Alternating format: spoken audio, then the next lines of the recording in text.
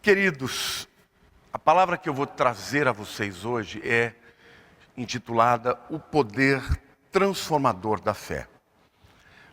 O texto sobre o qual eu vou meditar está lá em Hebreus capítulo 11, versos 8 a 14, mas eu não vou lê-lo agora, porque a partir do momento que eu for expondo cada uma das explicações, então eu leio o versículo concernente.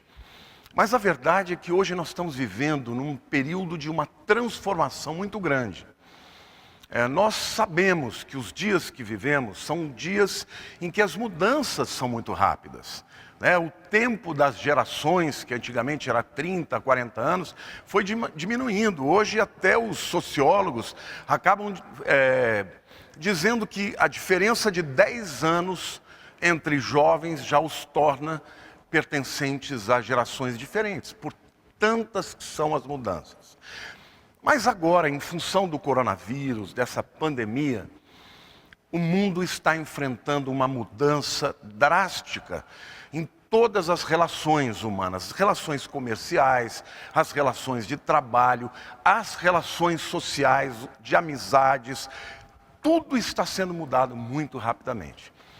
E a gente sabe que não é muito bom, mudança, afinal de contas, sair da zona de conforto não é muito fácil.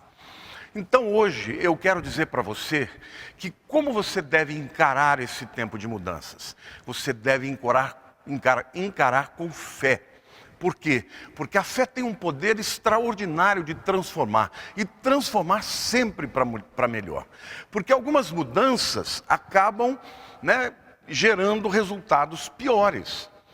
Há perdas, há abalos, mas eu quero dizer para você que você passar pelas mudanças através da fé, com fé, você vai ver e experimentar um poder maravilhoso, que é o poder transformador da fé. Amém? Então nós vamos refletir aqui algumas verdades importantes de como a fé transforma as nossas vidas, transforma as circunstâncias que estão ao nosso redor e como a fé nos permite enfrentar as mudanças da vida com cabeça erguida, com autoridade e com resultados extraordinários. Amém?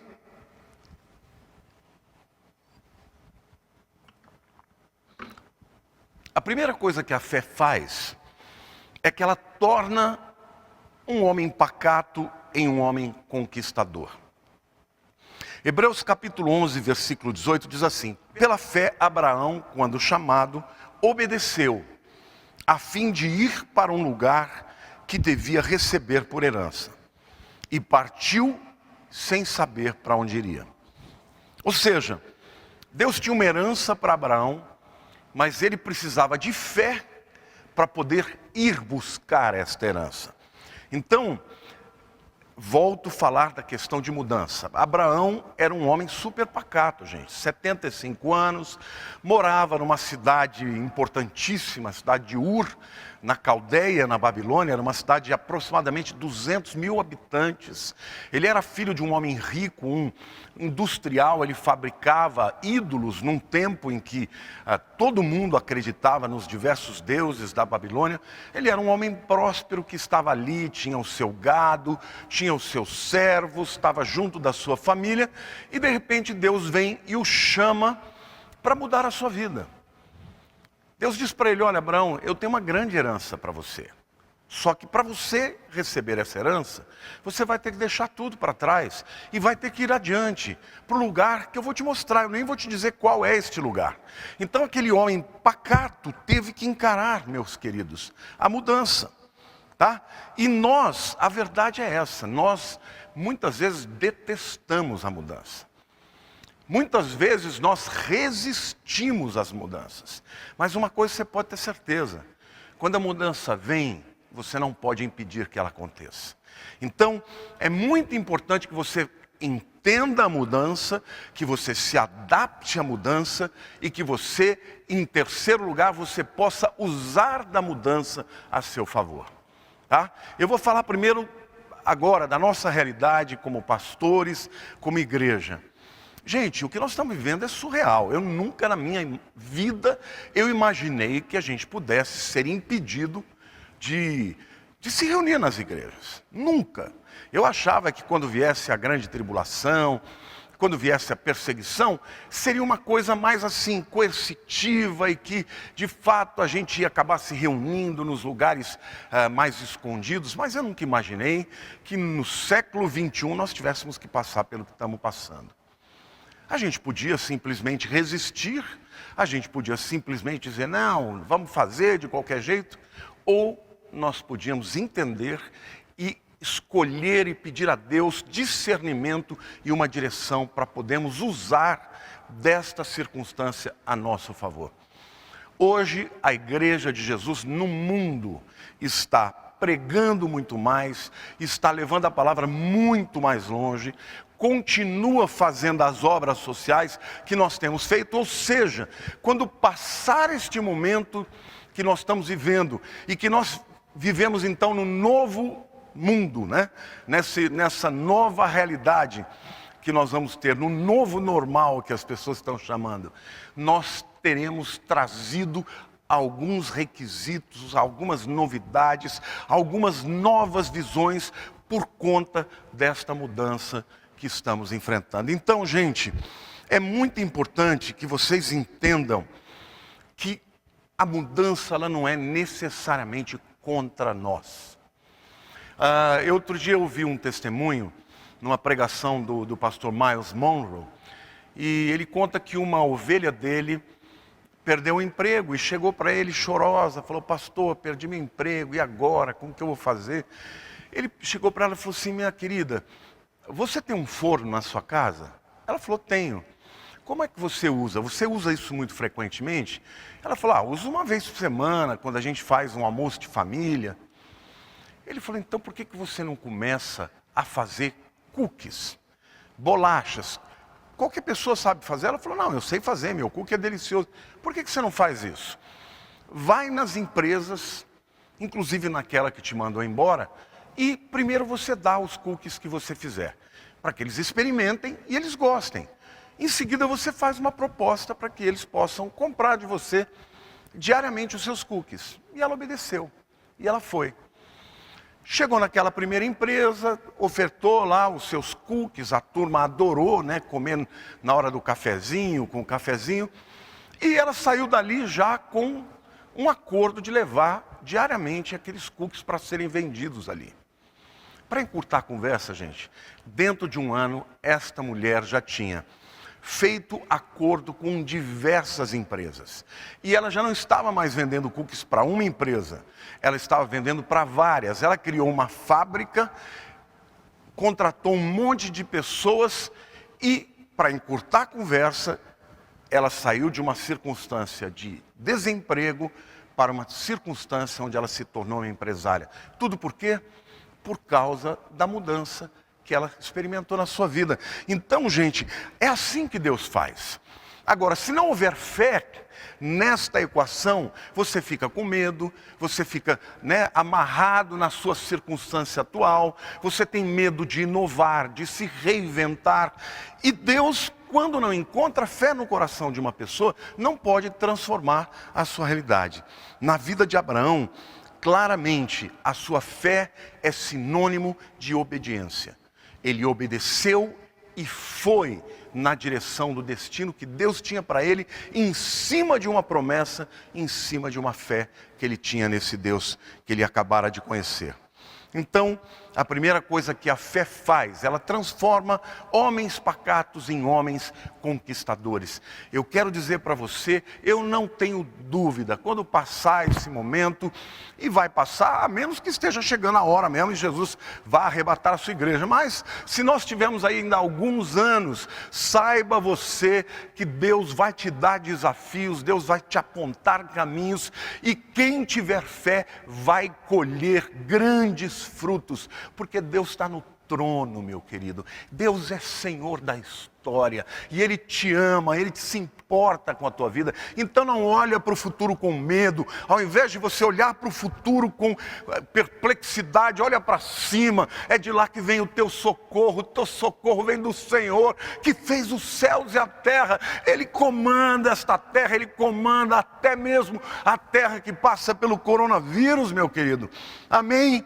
Então levanta a cabeça para o céu, começa a pedir a Deus discernimento, sabedoria, fé, direções. Diz: Senhor, onde está a minha promessa? Senhor, onde está o meu destino? Senhor, onde eu vou fazer a diferença? E Deus há de te abençoar e há de transformar você, que pode ter sido a vida inteira uma pessoa pacata, numa pessoa de conquista, de vitória e de fé. Amém?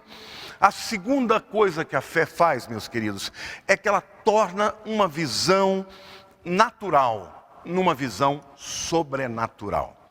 Os versos 9 e 10 dizem assim: pela fé, peregrinou na terra da promessa como em terra alheia, habitando em tendas com Isaque e Jacó, herdeiros com ele da mesma promessa, porque aguardava a cidade que tem fundamentos, da qual Deus é o arquiteto e edificador. Que coisa interessante, aqui o livro de Hebreus já está falando de um período muito mais adiante, né? Abraão já estava lá habitando com seu filho Isaque, ou seja, já passaram muitos anos, e ele já estava na terra prometida. Ou seja, ele já havia conquistado, Deus já havia cumprido a primeira parte da promessa, tinha dado para ele uma terra, ele já havia prosperado, ele já tinha o seu filho Isaque, e depois fala inclusive da descendência de Jacó, que era o seu neto. Gente, que coisa tremenda! Ele poderia simplesmente olhar para aquilo e dizer: poxa, como Deus foi maravilhoso, eu conquistei, Ele prometeu e Ele cumpriu. Mas a Bíblia diz que dentro do coração de Abraão, gente, tinha aquela coisinha, aquele sentimento, sabe, aquela insatisfação saudável com o mundo físico. E a Bíblia diz assim, que ele peregrinava na terra da promessa, e assim que as pessoas conquistavam, né, iam indo cada vez mais longe, levando os seus gados, colocando marcos para que eles possuíssem a terra. Mas ele diz, mas ele habitava ali como se a terra fosse alheia. Era dele, gente. Era a promessa de Deus. Mas ele habitava em tendas com Isaque, com Jacó, herdeiro com eles da promessa. Ou seja, eles estavam em posse da sua propriedade, a promessa de Deus tinha se cumprido, mas a Bíblia diz, ele se sentia assim por quê? Porque ele aguardava a cidade que tem fundamentos, da qual Deus é o arquiteto e o edificador. Abraão desejava e anelava e sonhava e vislumbrava uma herança muito maior do que aquela que ele tinha na terra. Ele tinha aquele sentimento de que ele pertencia a uma outra dimensão, ele pertencia a uma outra terra, que havia ainda uma outra herança, além desta herança que ele tinha na terra. Queridos, isto é o que a fé faz na vida da gente. A fé, ela transforma esta visão materialista numa visão mais ampla, mais completa, holística, uma visão onde você enxerga o físico, o emocional, o espiritual, você enxerga o que você era no passado, como está a sua circunstância no presente, mas você enxerga o futuro e você sabe que aquilo que está diante de você é muito superior àquilo que nós temos hoje. Queridos, essa vida é efêmera. Aquilo que conquistamos nessa terra, para que serve? Serve para que nós possamos realizar coisas extraordinárias para o bem do próximo, para cumprir o chamamento de Deus, os propósitos de Deus. E feliz é aquele que tem fé para enxergar que a vida é mais do que pão, que a vida é um relacionamento com Deus, que é Criador, mas também é Salvador, que é Pai, que é amigo, que é companheiro, aquele que nos chamou, aquele que nos criou, aquele que nos fez para grandes coisas. Sabe, gente, Hoje eu vejo no meio da igreja uma mensagem meramente voltada para o aqui, para o agora, para ficar rico, para conquistar coisas aqui. E deixa eu dizer uma coisa para você, eu não prego, eu não faço apologia da pobreza, eu não acho que esta seja a vontade de Deus. Eu creio que digno é o trabalhador do seu salário, eu creio que tudo que fizermos aqui com excelência, com propriedade, vamos prosperar e vamos conquistar. Mas, meus queridos, por que Deus faz isso na nossa vida? Porque Ele tem propósitos. E é muito importante que você entenda que a fé transforma uma visão meramente natural numa visão sobrenatural. Fez isso na vida de Abraão. Que coisa linda, gente. Um homem que enriqueceu, um homem que tinha tudo, Deus tinha cumprido a sua promessa, mas ainda assim, lá dentro dele, ele pensava assim, não, mas isso aqui não é tudo. Tem uma promessa superior, tem uma herança superior. E a Bíblia está dizendo aqui, né? Porque aguardava a cidade que tem fundamentos, da qual Deus é o arquiteto e edificador. Aqui está falando da Nova Jerusalém, queridos. Aliás, hoje, pela manhã, eu postei a minha mensagem, a última mensagem da série, a revelação do Apocalipse, que fala da Nova Jerusalém e do casamento da esposa do Cordeiro, né? Ali, naquela mensagem, eu chorei a mensagem inteira, gente. Por quê? Porque eu anelo, porque eu vejo esse tempo em que eu vou estar na presença do meu Senhor.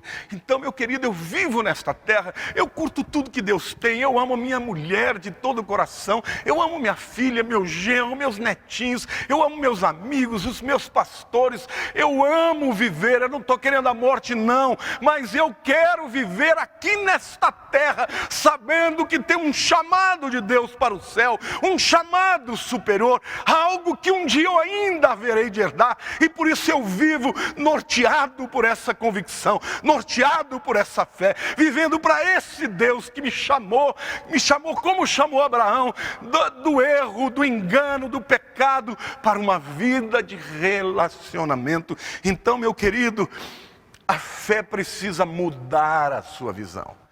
Tem gente que pensa que a fé ela existe simplesmente, né, para você conquistar as coisas aqui na terra. Meu querido, se a tua esperança é só para esta vida, miserável homem que você é. Pastor Amir se foi. E eu tenho certeza que a pastora Eliane, que é uma mulher de Deus, está triste, está chorando, mas lá no fundo, ela sabe que não é o fim.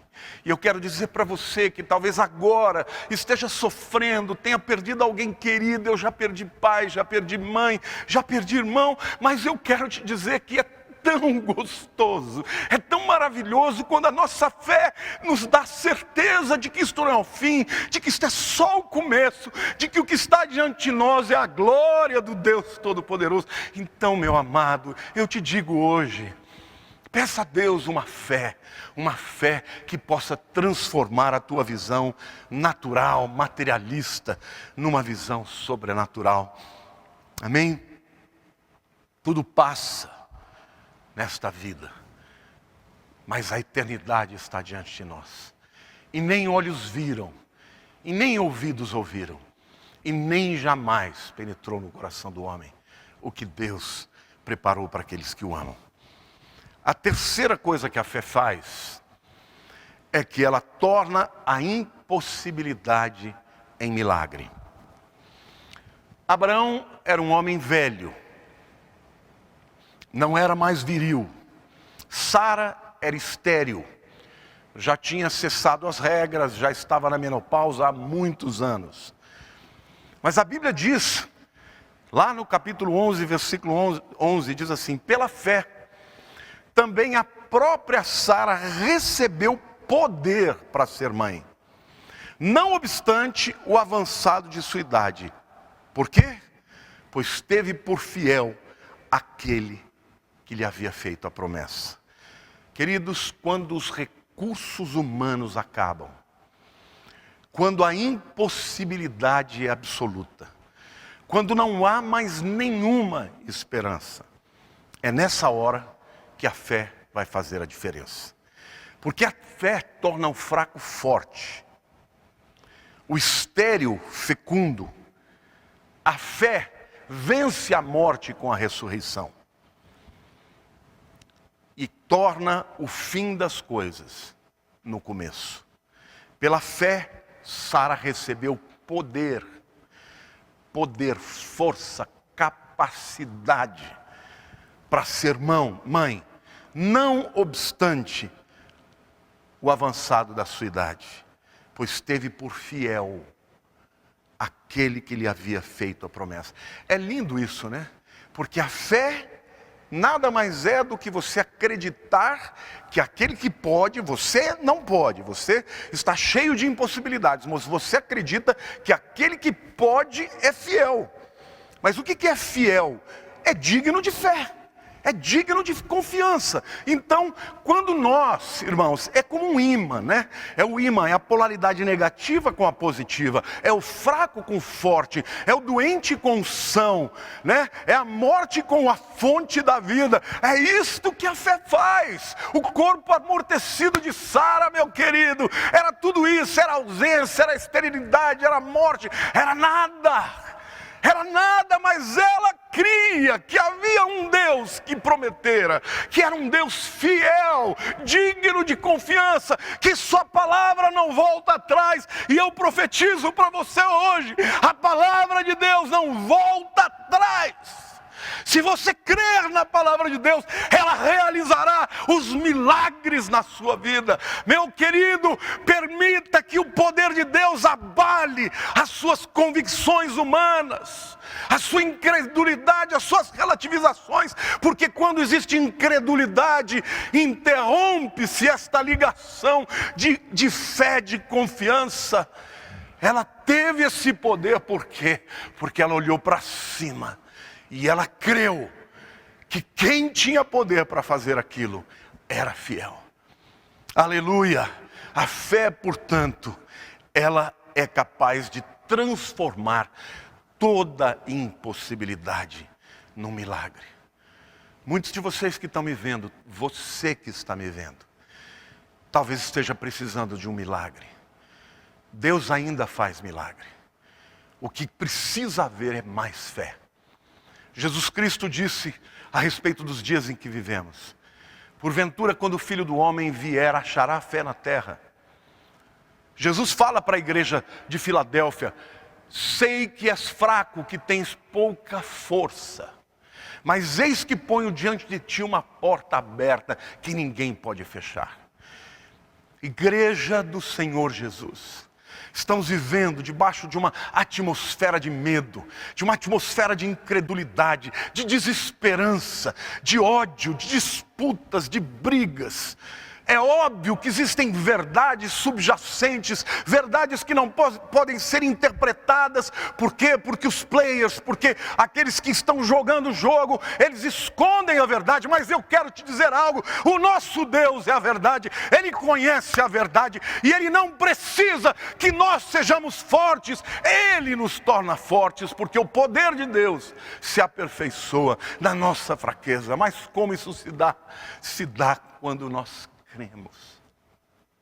Não pense você que você é capaz de vencer as demandas da vida sem fé. Quem passa pela vida sem fé acaba se tornando amargo, crítico, não é?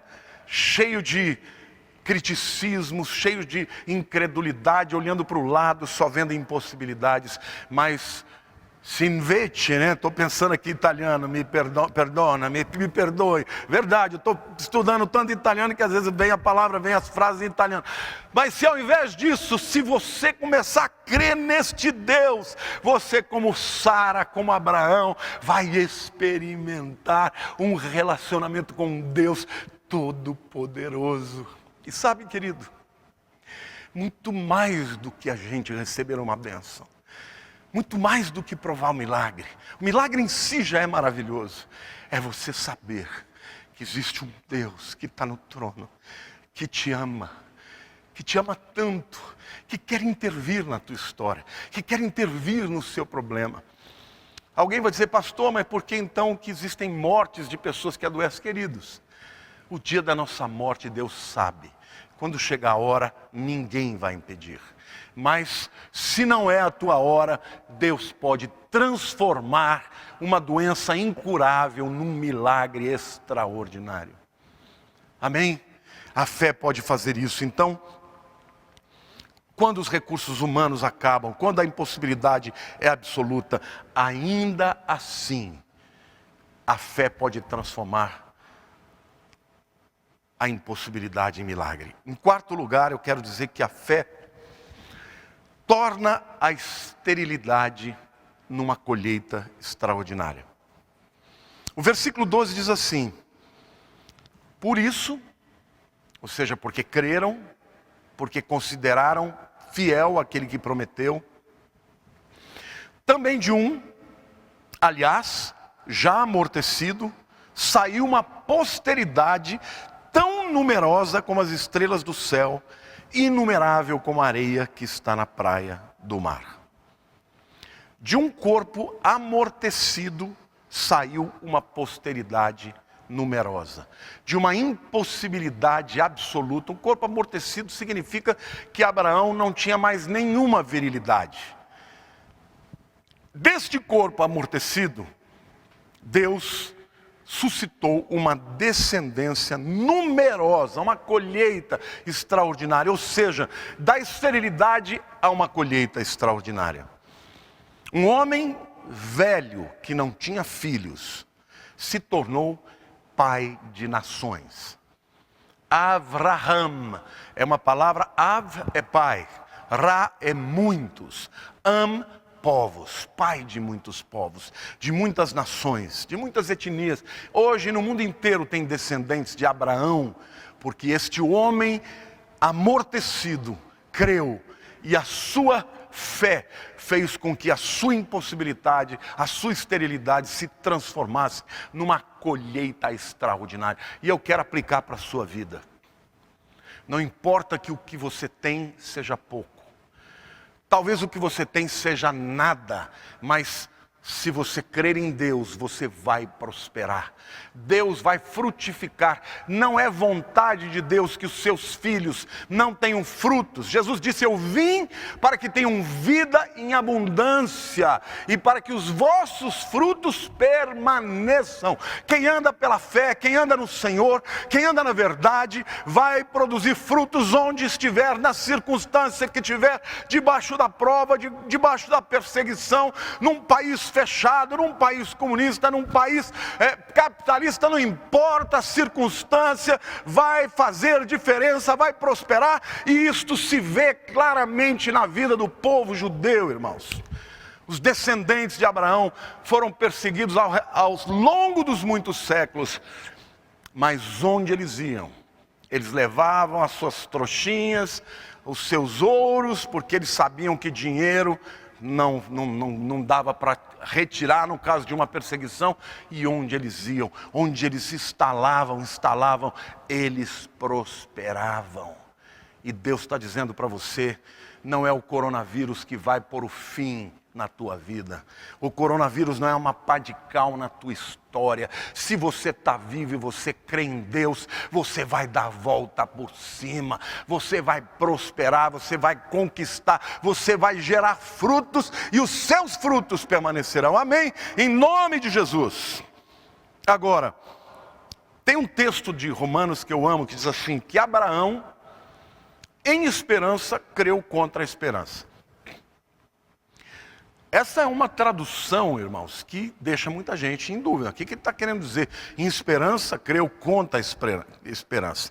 Eu quero dizer que, analisando bem o texto no original, dá para a gente traduzir esta expressão da seguinte maneira. Esse em esperança, creu contra a esperança, poderia ser traduzido assim. No que diz respeito à esperança, ou no quesito da esperança, Abraão creu contra a esperança. Ou seja, aquilo que ele tinha que receber era muito para a esperança. A esperança humana não era suficiente. Então, no particular, no quesito, né, no que diz respeito a este tema, a esperança, ele creu contra a esperança porque ele precisava de ter muito mais que esperança, ele tinha que ter fé. Mas ainda dá para você interpretar da seguinte maneira. enquanto exercia esperança, creu com a esperança. Ou seja, quando a esperança ainda o impulsionava como um vetor positivo em direção à promessa de Deus, a fé dele concordava. No momento que os seus sentimentos começaram a ser contraditórios, no momento em que demorou a promessa e que ele começou a pensar, poxa, será? Quando ele começou a falar será, era a esperança que estava morrendo. Aí, eu sempre digo, tem momentos na vida da gente que fé não tem nada a ver com sentimento. Fé é obediência, é caminhar em direção da promessa de Deus, sabendo que quem prometeu é fiel para cumprir. A Lília sempre me pergunta, a mulher gosta de ter esses sentimentos, você está sentindo alguma coisa? Eu já falei isso para vocês. E eu falo para ela, meu amor, não estou sentindo nada, mas eu estou caminhando pela fé. Então deixa eu dizer uma coisa para você, eu creio que esse texto de Abraão está dizendo o seguinte, enquanto a esperança estava na mesma direção que a fé que ele tinha, joia. Mas no momento que a esperança começou a enfraquecer e não foi mais match, não foi adversária para as circunstâncias, a fé dele deixou a esperança para trás e ele creu contra a esperança e falou, quer saber, você quer que eu volte para trás, mas eu vou continuar indo para frente, porque o meu Deus que prometeu é fiel para cumprir. Amém? Então, alguém que crê com simplicidade, experimenta o impossível de Deus. Essa é a lição, porque os homens têm impossíveis, mas Deus é onipotente. A fé, portanto, nos faz adentrar na dimensão do impossível, onde o normal é sobrenatural e onde tudo é possível ao que crê.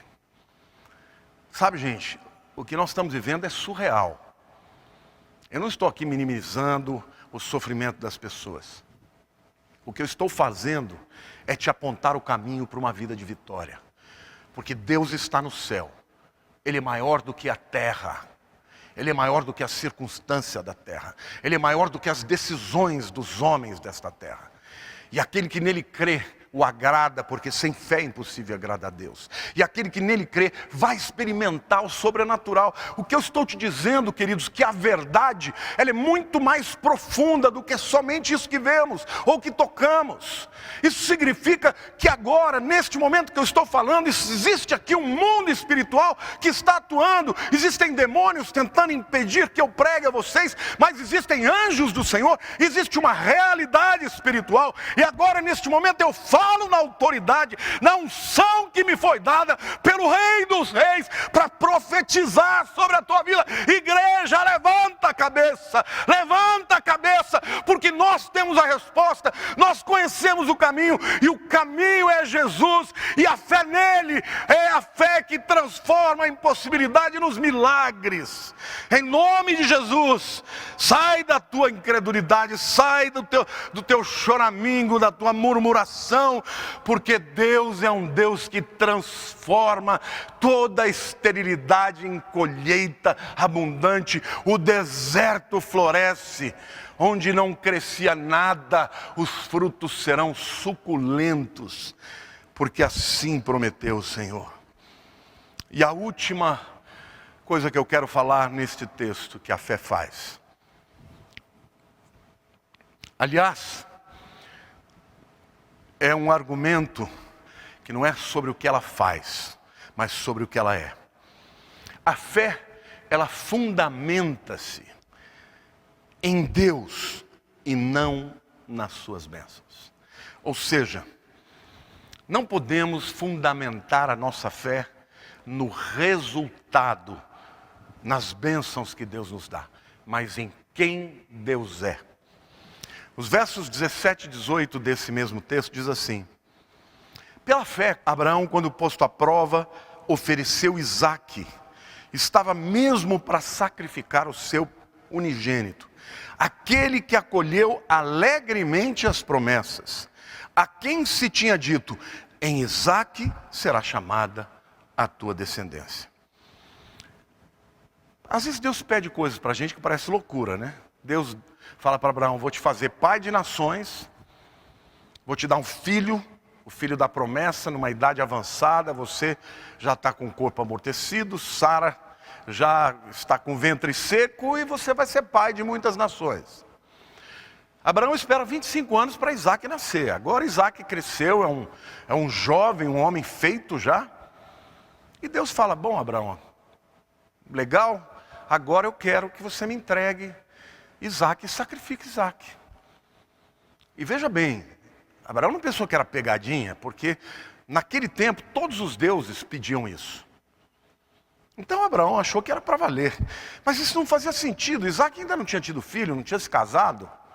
Então como é que pode? Deus fala que você é pai de nações, me dá o filho, agora está dizendo que vai matar? Pois é, Abraão provou que amava mais a Deus do que Isaac, o filho da promessa. Abraão provou que cria mais em Deus do que na sua própria razão. Por quê? Porque não fazia sentido. Na sua mentalidade, em todos os cenários que ele criou, gente, ele não encontrou uma porta, ele não encontrou uma saída. Mas mesmo sem encontrar uma saída, mesmo sem entender, ele creu e obedeceu. E a Bíblia diz aqui que ele estava para sacrificar. Ou seja, no coração dele ele matou mesmo Isaac, porque ele ia até o fim. Em nenhum momento ele falou, não vou fazer. Porque ele teve que caminhar 3 dias de Beersheba até o Monte Moriá. Deve ter pensado de tudo, deve ter procurado uma resposta, não, o que Deus vai fazer. E ele não tinha respostas, mas ele cria em Deus. Então a nossa fé não pode se fundamentar na bênção que Deus te deu. Porque algumas vezes Deus dá e outras vezes Ele pede de volta. Por quê? Porque Ele não quer que a sua fé seja no teu dinheiro. Ele não quer que a sua fé seja no teu negócio. Ele não quer que a tua fé seja naquilo que está te dando provisão. Ele quer que a sua fé seja nele. Nele, somente Ele. Sabe, gente, a coisa mais maravilhosa é quando você está diante de uma circunstância que você não sabe como vai acontecer. E você pede a Deus, e você confia em Deus, e você se derrama perante Deus. E aí quando Ele vem e faz, é de uma forma que você nunca sonhou, que é uma forma muito além do que você esperava. Este é o nosso Deus. Se tem uma coisa que Deus é verdadeiro, Ele é imutável. Ele jamais vai quebrar uma promessa. Então, Abraão aprendeu isso. É por causa desta decisão, por causa desta fé pura, entregando aquilo que lhe era mais caro, mais precioso. Por causa disso, ele recebeu o título de o pai da fé, amigo de Deus, porque não existe amizade sem confiança, sem entrega. E com Deus é assim, gente. Ou a gente confia cegamente, literalmente cegamente nele, sem enxergar qual é a direção que Ele nos vai dar, porque nós cremos na sua bondade, na sua misericórdia, na sua fidelidade, na sua retidão, na sua imutabilidade. É por causa disso que nós podemos crer nele e viver e passar pelas lutas, pelas tribulações, pelos abalos, pelos ataques do diabo, por todas as circunstâncias difíceis e ainda assim crer que aquele que prometeu é fiel para cumprir.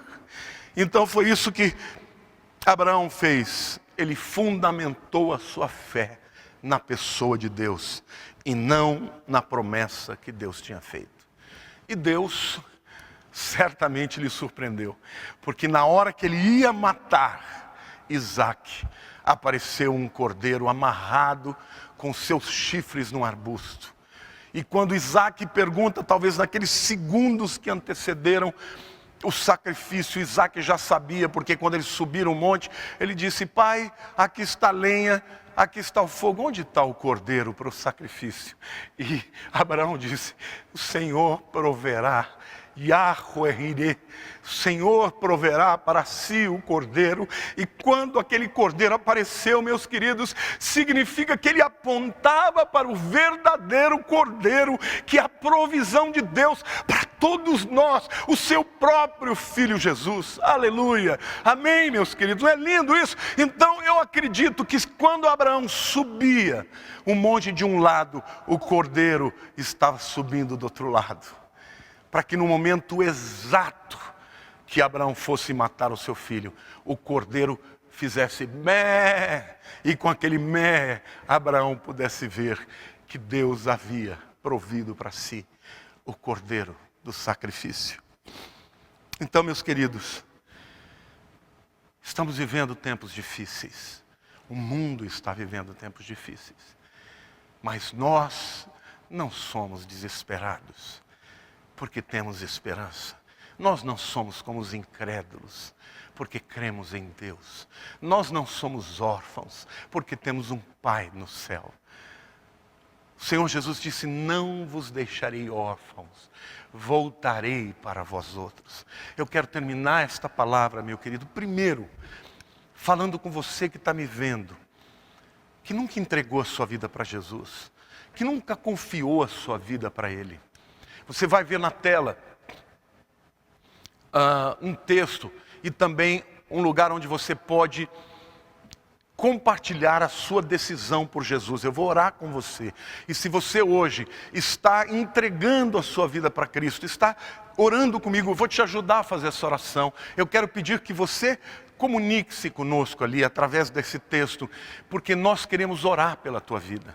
Nós queremos orar por todos vocês que vão entregar a vida para Jesus, porque hoje a igreja de Jesus está impedida de sair, estamos confinados, o diabo pensou que ia impedir que nós falássemos, mas nós estamos aqui bradando, falando, e eu estou falando daquilo que eu tenho visto e ouvido, um Deus que é bom, que transforma as nossas vidas, que muda a nossa sorte, que nos dá uma promessa, não só aqui na terra, mas também no céu. Então, querido, você ora comigo agora, se você quer entregar a sua vida, os seus problemas, as suas ansiedades a Jesus.